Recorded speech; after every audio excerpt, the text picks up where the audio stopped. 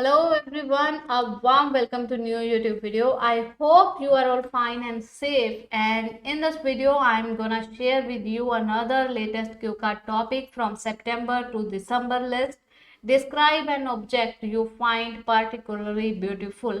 For example, painting, wooden craft, piece of jewellery, furniture etcetera. आप किसी के बारे में भी बोल सकते हो and you should say where the art work is, how was it made, what it looks like and explain why you find it particularly beautiful. और हम यहाँ पर डिस्क्राइब करने वाले हैं एक पेंटिंग को. वो पेंटिंग के बारे में ही आज की सारा टॉपिक होगा. चलिए बिना किसी डिले के वीडियो को स्टार्ट करते हैं. Hi, this is Manpreet and you are watching आज फीवर चैनल. आपसे एक रिक्वेस्ट है कि अगर आप चैनल पर नए हो, अभी तक चैनल को सब्सक्राइब नहीं किया है, देन प्लीज फटाफट से वीडियो को पोस्ट कीजिए और सबसे पहले बेल आइकन को प्रेस कीजिए और साथ ही सब्सक्राइब का बटन भी प्रेस कर लीजिएगा. साथ ही साथ अगर वीडियो देखने के बाद आपको हमारा कंटेंट अच्छा लगता है तो प्लीज लाइक शेयर जरूर कीजिए और साथ ही साथ अपना फीडबैक भी देकर जाइएगा कमेंट सेक्शन में. चलिए स्टार्ट करते हैं इसका simple answer with explanation and follow-ups. To be honest, I have always been interested in collecting beautiful artistic things for my house as it helps to enhance the interior of my house. Artistic things क्या होता है कि creative things, जो arts से related things होती हैं और बहुत ज़्यादा creative होती हैं, innovative होती हैं, उनको artistic things बोला जाता है. Interior of my house, interior means अंदरूनी हिस्सा घर का, मतलब लुक, उसकी डेकोरेशन को आप बोल सकते हो. कहते हैं कि मुझे बहुत इंटरेस्ट है ऐसी ब्यूटीफुल चीज़ें को कलेक्ट करने का मेरे घर के लिए, क्योंकि ये मेरे घर की जो है वो डेकोरेशन को, इंटीरियर को और भी ज़्यादा बढ़ा देते हैं. Although there are a plethora of things that I find beautiful, and believe me, it's pretty hard for me to choose one among them. Here I had to go with one particular object which is splendid. हालांकि मेरे पास बहुत सारी ऐसी चीज़ें हैं जो मुझे लगता है कि ब्यूटीफुल हैं, बट किसी एक को चूज करना मेरे लिए डिफिकल्ट होगा. बट यहाँ अगर मुझे किसी एक ऐसे ऑब्जेक्ट के बारे में बताना हो जो बहुत ज़्यादा स्प्लेंडेड होता है, बहुत ज़्यादा मार्वलस, बहुत ज़्यादा ब्यूटीफुल हो, उसके बारे में मैं बात करूँगी. अब क्या है वो प्रोडक्ट, वो क्या ऑब्जेक्ट है, उसके बारे में हम बात कर रहे हैं.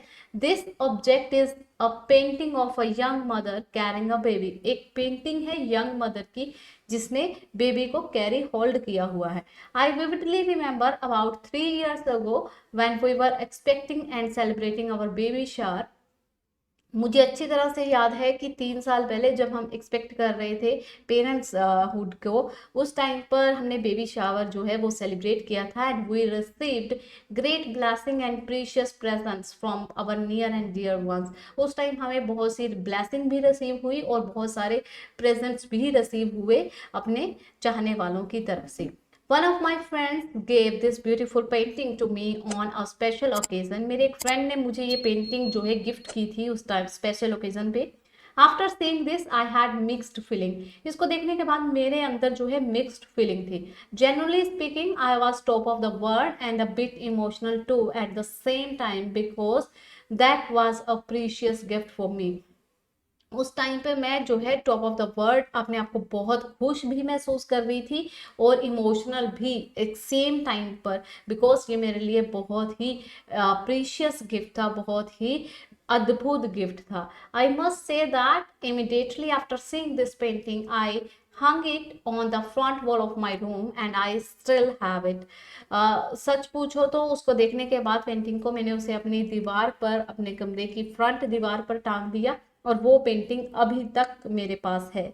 If I am talking about how it's looks, अगर मुझे बताना हो कि ये कैसी दिखती है, it is a portrait of a young woman who is standing in the middle of painting along with a baby. अगर मुझे बताना हो कि कैसी दिखती है, ये एक पोर्ट्रेट है यंग वुमेन का जो स्टैंडिंग पोजीशन में है पेंटिंग के मिडल में एक बच्चे के साथ. शी इज इन फॉरवर्ड, वो फॉरवर्ड है मतलब आगे है, उसके बैक साइड पर, उसके बैकयार्ड जो है and backyard there is a cliff, right side में क्लिफ है, on the left side is a waterfall scene, एक वाटरफॉल सीन है विद मून लाइट, मतलब मून की लाइट पड़ रही है और इस तरह से उसका जो है बैकग्राउंड है। More over this painting is in vibrant colour which makes it so real, इसका जो पेंटिंग का कलर है वो वाइब्रेंट है, बहुत ब्राइट है, और जो इसको क्या बनाता है, रियल बनाता है, यानी कि देखने से ऐसा लगता है कि कोई रियल पिक्चर हो। In fact there are a few reason why I like it, हालांकि इसके पीछे कुछ रीजन है कि मुझे क्यों ये पसंद है। Firstly this is such a masterpiece design by an eminent painter, ये एक मास्टरपीस है सच में, जिसे डिजाइन किया गया है एक एमिनेंट यानी कि फेमस पेंटर के द्वारा। He try to put all emotions and feeling in one portrait, उसने अपनी तरफ से ट्राई किया है सारे इमोशंस जो मदर एंड चाइल्ड के होते हैं या जो फीलिंग्स होती है वो एक पोर्ट्रेट में डालने का। Beside this, this painting is not merely an object for me, but it's more like a blessing or well wishes of my friend. ये पेंटिंग सिर्फ मेरे लिए मेयरली होता है ओनली, ना सिर्फ एक ऑब्जेक्ट है मेरे लिए बल्कि ये एक ब्लेसिंग और वेल विशेस भी हैं जो मेरे फ्रेंड ने मुझे दी थी। In short this painting makes me feel so optimistic and emotional simultaneously होता है एक सेम टाइम, मतलब सेम टाइम पर आपके पास दो फीलिंग्स है, मतलब मैं पॉजिटिव भी फील करती हूँ, आशावादी, ऑप्टिमिस्टिक एंड इमोशनल भी, because it shows the real love struggle and bond between a mother and a child, क्योंकि ये सीनरी जो है, ये जो पिक्चर है, जो ये पेंटिंग है, वो शो करती है real love struggle and bond एक मदर एंड चाइल्ड के बीच में। So this is the object that I find most precious and marvellous, यही एक ऑब्जेक्ट है जो मुझे प्रीशियस और मार्वेलस लगता है। इस तरह से आपको एलोबरेट करना होता है कोई भी क्यू कार्ड। आई होप कि आपको आइडिया हो गया होगा। अगर आप ज्वेलरी के ऊपर बोलना चाहते हैं तो आपको कैसे एलोबरेट करना है वो देख लीजिए। ज्वेलरी के ऊपर बोलना है तो आपको स्टार्टिंग में इंट्रोडक्शन देनी है जैसे आप देते हैं, उसके बाद आपको बताना है ज्वेलरी कैसी दिखती है, वो गोल्ड की है, डायमंड की है, किस तरह की है, एंटिक है, किसी ने आपको गिफ्ट दी थी, कब दी थी, यहाँ अगर आपने खरीदी थी तो कब खरीदी थी, वो सारी बातें आपको बतानी है और क्यों पसंद है, रीजन आपको देने हैं कि जब मैं उसे पहनती हूँ तो वो मेरी ब्यूटी को और इन्हांस करता है। सेकेंड थिंग आप बोल सकते हो कि ये जो है पुश्तैनी है, जनरेशन टू जनरेशन पास हुई है, मेरी इससे फीलिंग्स जुड़ी हुई हैं इसलिए मुझे पसंद है। इस तरह से आपको इसके रीजंस देने हैं। इसी तरह से अगर आप फर्नीचर के बारे में बोल रहे हो तो आप किसी भी फर्नीचर के बारे में बोल सकते हो, dining table, study table, computers, even chair, कोई आपने कोई ऐसा ऑब्जेक्ट, कोई भी ऑब्जेक्ट के बारे में बोल सकते हो, कोई भी। ओके, देन अब डिस्कस करते हैं इसके follow ups. First follow up है, do you think there are more beautiful things today than past? No, I don't think that things are more beautiful now than in the past, because in the ancient time everything was handmade and handicraft and it had its own value. क्या कह रहे हैं कि question क्या है कि क्या आपको लगता है कि अब जो चीजें बनती हैं वो ज्यादा ब्यूटीफुल हैं एज कंपेयर टू पास्ट? हमने आंसर दिया है नो, मुझे नहीं लगता कि थिंग्स जो हैं अब बन रही हैं वो ज्यादा ब्यूटीफुल हैं comparison to past, because present time में, एशियंस टाइम में, मतलब पास्ट टाइम में क्या होता था, एवरीथिंग वाज हैंडमेड, हर चीज जो है हाथ से बनी होती थी, हैंडीक्राफ्ट होती थी और उसकी अपनी वैल्यू होती थी। While in the present time, जबकि अब के टाइम में क्या है, things are made by machinery, things जो है मशीनरी की द्वारा बनाई जाती हैं and they are not long lasting, और ये लंबा टाइम चलने वाली चीजें नहीं होती। Nowadays, things are more fashionable and fascinating, but longevity is relatively low as compared to past.